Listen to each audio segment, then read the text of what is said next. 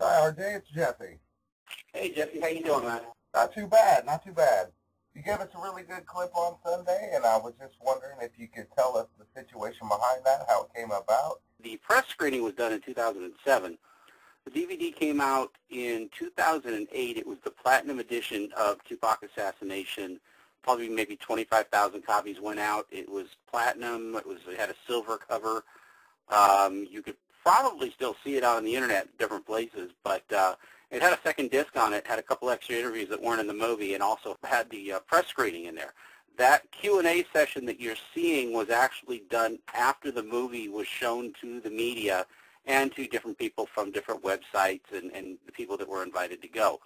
And so that's what the results were, was what you saw there. Kevin Hackey, he was not in the movie. What was his role at the screening?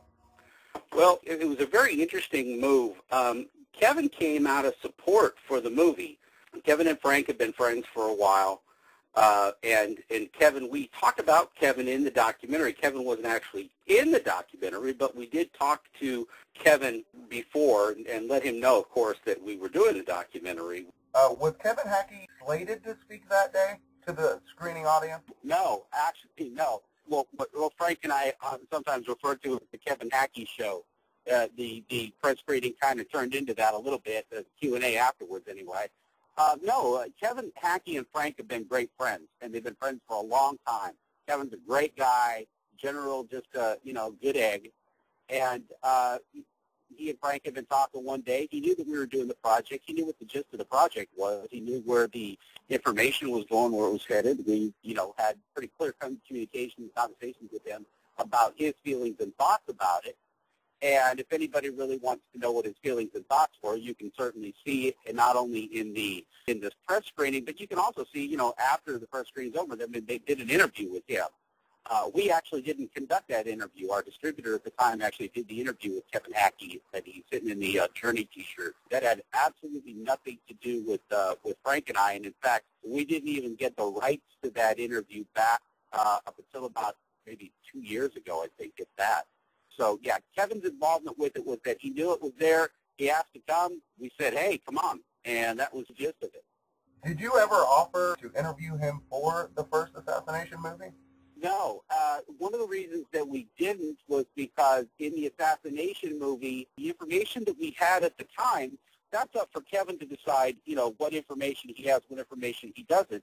I mean, Kevin Hackey was clearly up until that time looked on publicly with kind of a jaundiced eye. And to me, it's a little strange because clearly, when he had testified in the court case that I'm not going to say anything because I'm afraid for my life. You know what? That's probably the most brutally honest statement that anybody could make. And I kind of commend him for doing that because, a lot of people wouldn't have taken that path. They would have just muscled down or given some bravado reasons. But at the end of the day, he stated exactly why he had changed his testimony, and that was it. And, of course, he was ridiculed and reviled for that.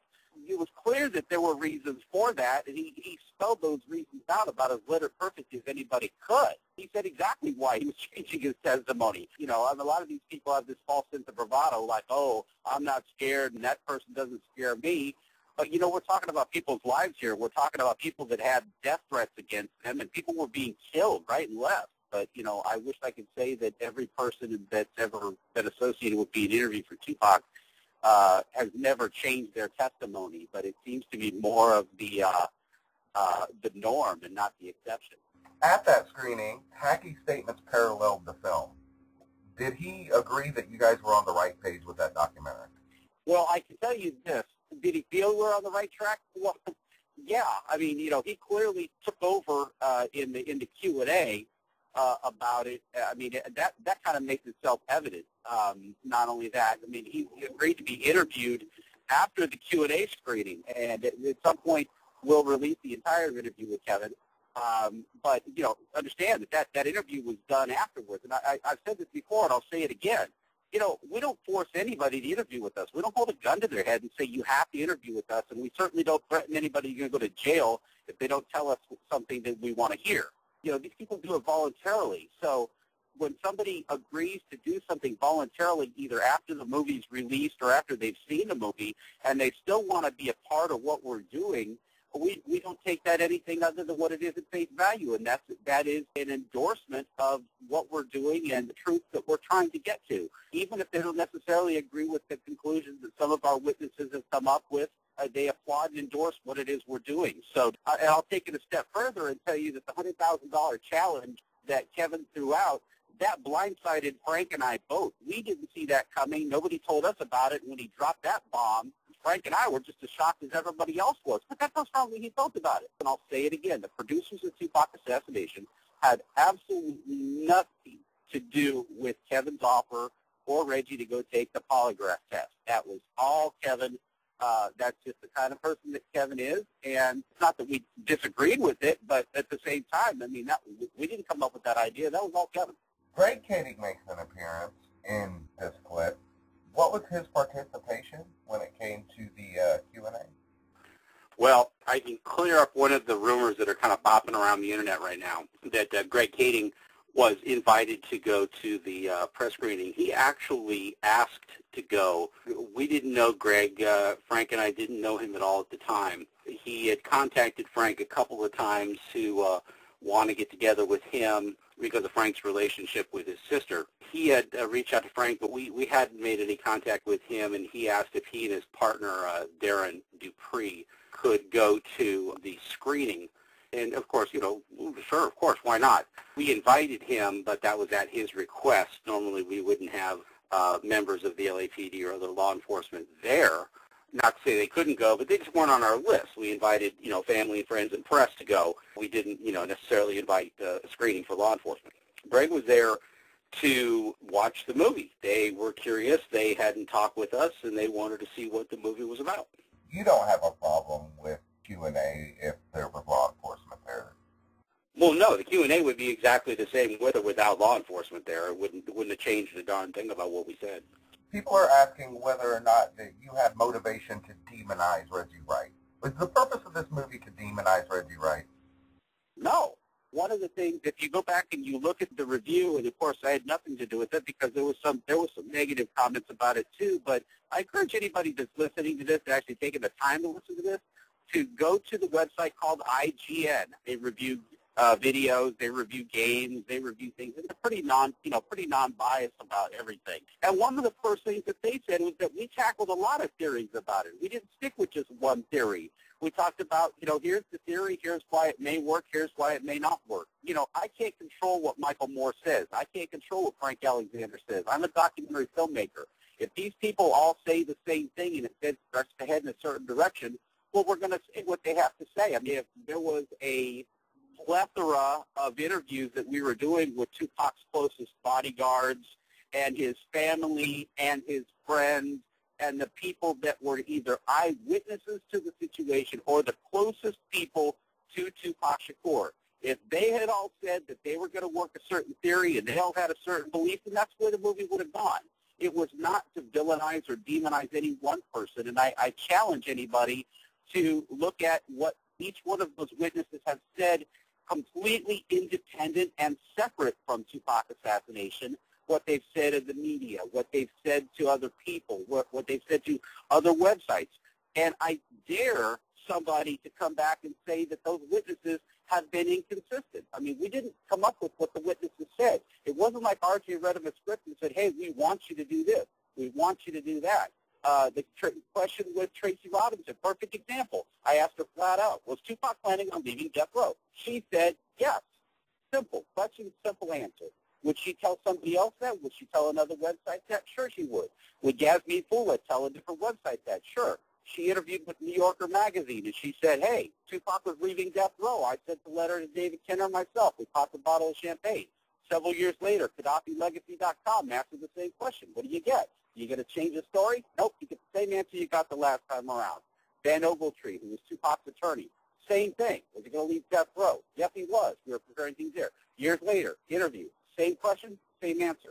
These people haven't been inconsistent in what they've said. There may be details about events and how the night went down, and even for people that may have changed their mind about things, but all in all, our witnesses have generically been pretty darn consistent with what they've had to say. Again, for the record, RJ, and for the fans that keep asking, can you please explain why you did not openly say one, I don't know who shot Tupac. We had T-shirts that everybody loved that said, who shot Tupac? I don't know who shot Tupac. We'll figure it out. We're going to find out who shot Tupac. We're going to get down to the bottom of it. And just because somebody says they shot Tupac doesn't mean they shot Tupac. And just because somebody says that somebody else shot Tupac doesn't mean they shot Tupac. Just because Michael Moore says that Reggie Wright did it doesn't mean Reggie Wright's responsible.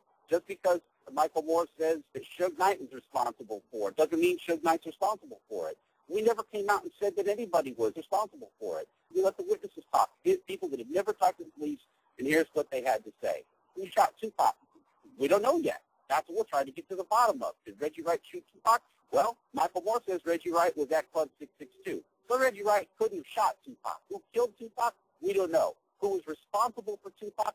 We're working on that. We're trying to figure that out. Hopefully by finding out who was responsible for it or who was responsible for giving the order, we may find out ultimately who shot Tupac. And maybe it'll work in reverse. I don't know. But just because somebody says they shot Tupac doesn't necessarily mean they shot Tupac.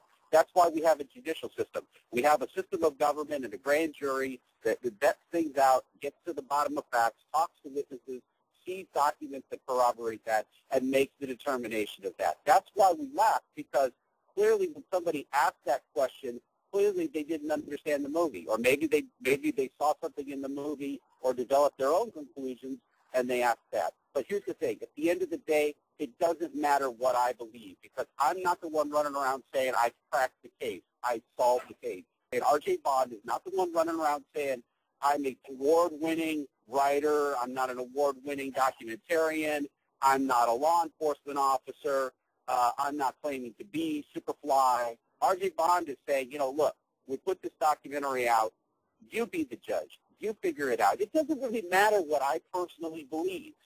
It doesn't matter what I believe. What matters is what the truth is, and what matters is what the evidence that supports the truth and the veracity of that evidence, the foundation of that evidence. It has to be substantiated by other information, by other evidence. And so far, my biggest complaint about the investigation and about everybody that's been trotted out is that there's not a single other thing that's actually corroborated what they've had to say. Now, Michael Moore says, hey, they were up in the hotel room and they had an argument. Well, were they at the hotel? Yes. Do we have documentation show they were at the hotel? Yes. Do we have other people that can confirm and corroborate what they say? Yes. We know that Michael Moore was at a certain place at a certain time. How do we know that? Because there's proof of that. If somebody says, hey, I rented the car that was the Cadillac. Okay, where'd you rent it from? Well, when they find out where it was rented from, let's go find out. Let's go talk to the places that it rented from. Maybe there's documentation there, maybe there's not. But again, this is not just a matter of I'm the expert and I say so, so therefore it is. And that's really, I think, at the end of the day, what the problem is with a lot of these people that, A, didn't know Tupac, and B, want to be involved with the investigation. They want to say that.